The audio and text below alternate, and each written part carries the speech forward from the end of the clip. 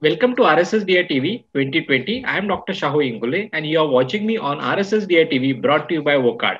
Today I am honored to have with me an eminent personality and renowned senior endocrinologist, Dr. Tirthankar Chaudhary sir. Sir is the senior consultant, diabetes and endocrinology, Apollo Hospital, Kolkata.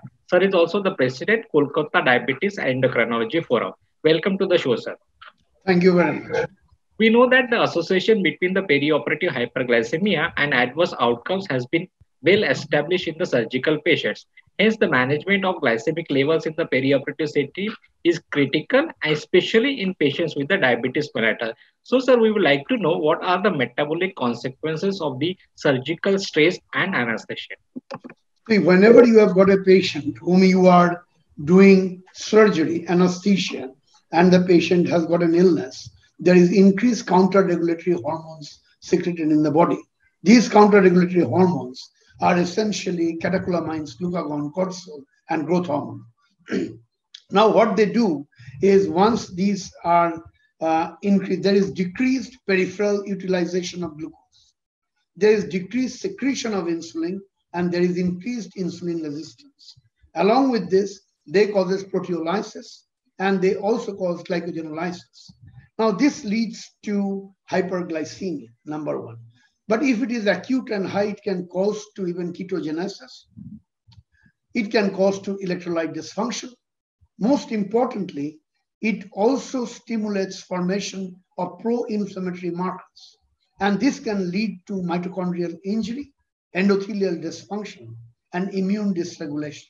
Therefore, it is important to have a proper glycemic control to have a better surgical outcome. What I mean is better and earlier healing of the wound, less infection, less duration of the hospital stay, and less mortality. Okay, sir. So, what's your take on the usage of oral anti-diabetic medications on the day of surgery and a day before the surgery? See, we have to go by the recommendations and guidelines. We know that oral hypoglycemic agents, if we can dissect that a bit, you start with the metformin. You know that number one, you cannot titrate the glycemia quickly with metformin. Number two, metformin can cause lactic acidosis in a critically ill patient. You know that metformin in renal impairment or usage of the contrast is not something that you would like to do. Therefore, metformin is not a favorable. If you go to sulfonylureas, then you know, again, you cannot titrate on a day-to-day basis. And number two, there's a chances of hypoglycemia. CETA hospital data showed that DPP-4 inhibitors are probably safe and efficacious in mild to moderate hyperglycemia, but then ADA doesn't include that in the perioperative management. Then if you look at SGLT2 inhibitors, then you know that you must stop it 24 hours before to avoid the risk of diabetic ketoacidosis. We also know there are a lot of studies going on about GLP-1 receptor analog, but still I would not recommend that, considering that again you cannot do day-to-day titration of the doses to achieve glycemic control, and there will be more gastric intolerance in patients of critically ill patients where bowel movement will be inhibited when you are doing this. Therefore, I think insulin still remains the mainstay of treatment perioperatively.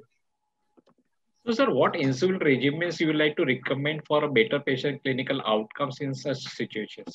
Yeah, I think this is a very good question because there are a lot of factors you take into consideration. Number one, that what is the preceding glycemic status of the patient? What are the medications and the dose of insulin that the patient is taking before the operation?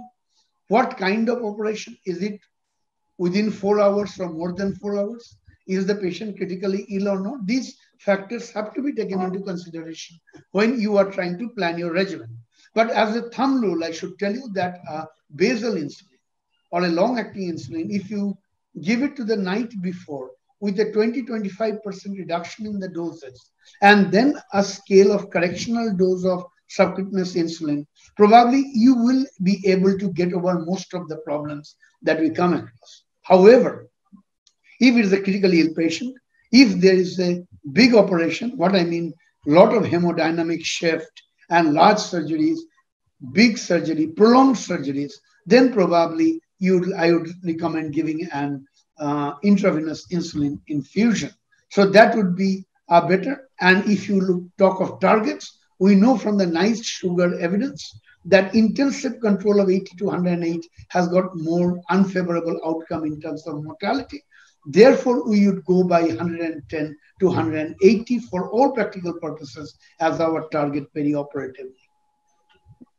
Thank you so much, sir, for sharing your views and joining us on RSSDI TV brought to you by WOCAD. Thank you so much. Thank you.